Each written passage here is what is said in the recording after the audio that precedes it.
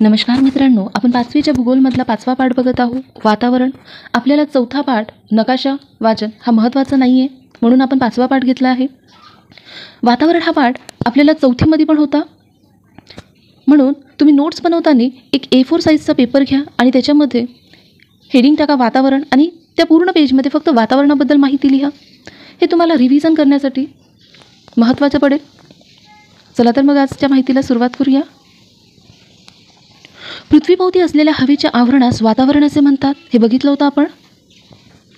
ते वायुरूप असून पृथ्वीशी निगडीत असते. शिलावरण, जलावरण व जीवावरणाप्रमाणे हे महत्त्वाचे आवरण आहे. वातावरणास रंग, गंध आणि चव नसते. वातावरणात हालचाल झाल्यावरच त्याचे अस्तित्व जाणवते. वातावरणाचे घटक बघूया. वातावरण मुख्यतः वायू, बाष्प आणि धूलिकण या 3 घटकांनी बनलेले आहे. वायू बघूया. वातावरणात वेगवेगळे वायू असतात. यात नायट्रोजन व ऑक्सिजन हे प्रमुख वायू आहेत. हे बघा, ही आकृती दिली आहे वातावरणातील वायूंचे प्रमाण. इथे नायट्रोजन दिलं आहे 78%, ऑक्सिजन दिला आहे 21%, इतर वायू दिला आहे 1%.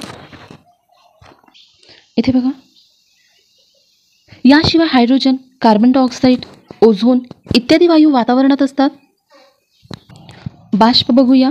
सूर्याच्या उष्णतेमुळे जलाशयातील पाण्याचे बाष्पीभवन होते. बघा, सूर्याच्या उष्णतेमुळे जलाशयातील पाण्याचे बाष्पीभवन होते. बाष्प वातावरणात मिसळते. वातावरणाच्या खालच्या थरात बाष्पाचे प्रमाण जास्त असते. हे महत्त्वाचं आहे. वातावरणाच्या खालच्या थरात बाष्पाचे प्रमाण जास्त असते. हे खूप महत्त्वाचं, लक्षात ठेवा. हे विचारले जाते. धूलिकण बघूया. इंधनाचे ज्वलन, वाहतूक, बांधकाम, खाणकाम, वादळे, ज्वालामुखी इत्यादीमुळे असंख्य धूलिकण वातावरणात मिसळतात. वातावरणाच्या खालच्या थरात धूलिकणाचे प्रमाण जास्त असते. बघा, धूलिकणाचे प्रमाणसुद्धा खालच्या थरात जास्त असते. धूलिकणांभोवती बाष्प जमा होऊन जलकणाची निर्मिती होते. हे बघा, इथे काय म्हणत आहे, धूलिकणाभोवती बाष्प जमा होऊन जलकणांची निर्मिती होते. म्हणजे धूलिकणसुद्धा कामाचे आहे. हे महत्त्वाचं आहे, इथून तुम्ही लक्षातच ठेवा. वातावरणाच्या खालच्या थरात धूलिकणाचे प्रमाण जास्त असते. धूलिकणाभोवती बाष्प जमा होऊन जलकणांची निर्मिती होते. वातावरणाची रचना बघा. पृथ्वीच्या पृष्ठभागापासून जसजसे उंच जावे तसतसा तापमानात बदल होत जातो. हे लक्षात ठेवा. पृथ्वीच्या पृष्ठभागापासून जसजसे उंच जावे तसतसा तापमानात बदल होतो. या बदलानुसार वातावरणाचे पुढील थर केले जातात. आकृती 5.2 मध्ये वातावरणाची रचना उंचीनुसार दाखवली आहे. तपांबर बघूया आपण. पृथ्वीपृष्ठालगत असणाऱ्या वातावरणाच्या थरास तपांबर म्हणतात. या थराचा विस्तार सरासरी 13 किलोमीटरपर्यंत आहे. आपल्याला किलोमीटर विचारत नाही, फक्त एवढं लक्षात ठेवा, पृथ्वीपृष्ठालगत असणाऱ्या वातावरणाच्या थरास तपांबर म्हणतात. या थरात जसजसे उंच जावे तसतसे तापमान कमी होत जाते. हे महत्त्वाचं आहे बघा. जसजसे उंच जावे तसतसे तापमान कमी होत जातात. वादळे, ढग, पाऊस इत्यादीची निर्मिती या थरात होते. हे महत्त्वाचं आहे. तपांबराच्या वरच्या भागात तापमान उंचीनुसार बदलत नाही. बघा, इथे काय म्हणतात, तपांबराच्या वरच्या भागात तापमान उंचीनुसार बदलत नाही. तापमान स्थिर किंवा स्तब्ध असते. या भागाला तापस्तब्धी म्हणतात. तापस्तब्धी कशाला म्हणतात बघा. तपांबराच्या वरच्या भागात तापमान उंचीनुसार बदलत नाही. तापमान स्थिर किंवा स्तब्ध असते. या भागाला तापस्तब्धी म्हणतात. बघा, आकृतीच्या सहाय्याने एक समजून घेण्याचा प्रयत्न करूया. ही पृथ्वी आहे आणि पृथ्वीवर हे वातावरण आहे. तर बघा, पृथ्वीच्या पृष्ठालगतचं जे आवरण आहे त्याला तपांबर म्हणतात आणि यात वादळे, ढग, पाऊस निर्मिती होते आणि यात उंचीनुसार तापमान कमी होत जाते. उंचीनुसार तापमान कसं होते, कमी होत जाते. पण तपांबराचा हा वरचा भाग, हा ग्रीन कलरने दाखवला आहे, हा वरचा भाग. इथे बघा, वरच्या भागात तापमान उंचीनुसार बदलत नाही, पण यामध्ये उंचीनुसार तापमान बदलत नाही. याला तापस्तब्धी म्हणतात. असे थर आहे. यात आकृती आपण बघूया. इथे बघा, तापस्तब्धी हा स्तर सुमारे 3 किलोमीटर जाडीचा आहे. हे विचारत नाही. स्थितांबर बघूया. तापस्तब्धीच्या वर स्थितांबर हा थर असून यात हवेची हालचाल होत नाही. इथे बघा, तापस्तब्धीच्या वर स्थितांबर आहे. या तापस्तब्धीच्या वर काय आहे, स्थितांबर आहे. हे ब्लू कलरने दाखवलेला स्थितांबर आहे. याची वैशिष्ट्य बघा. तापस्तब्धीच्या वर स्थितांबर हा थर असून यात हवेची हालचाल होत नाही. हे महत्त्वाचं आहे. हवेची हालचाल होत नाही स्थितांबरमध्ये. या थरात बाष्प, धूलिकण इत्यादीचे प्रमाण खूप कमी असते. बघा, कमी असते. याचा विस्तार सुमारे 13 ते 50 किलोमीटरपर्यंत आढळतो. किलोमीटर विचारत नाही. स्थितांबराच्या खालच्या भागात ओझोन वायूचा स्तर आहे. हे खूप महत्त्वाचं आहे. खूप अतिशय महत्त्वाचं आहे. स्थितांबराच्या खालच्या भागात ओझोन वायूचा स्तर आहे. बघा, सूर्यापासून येणारी अतिनील किरणे सजीवांना हानिकारक असते.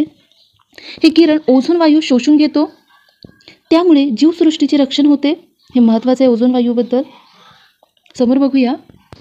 इथे बघा वातावरणाची रचना म्हणून एक आकृती दिली आहे 5.2. इथे तपांबर दिला आहे. यात ढग आहे, विमान आहे. समोर तापस्तब्धी दिला आहे तपांबराच्या वर, जिथे ओझोन वायूचा स्तर आहे. मग स्थितांबर दिला आहे बघा, आणि मध्यांबर समोर दिला आहे. हे आपण आता बघणार आहोत. बघा, मध्यांबर. स्थितांबराच्या वर मध्यांबर आहे. याचा विस्तार 50 ते 80 किलोमीटरपर्यंत आढळतो.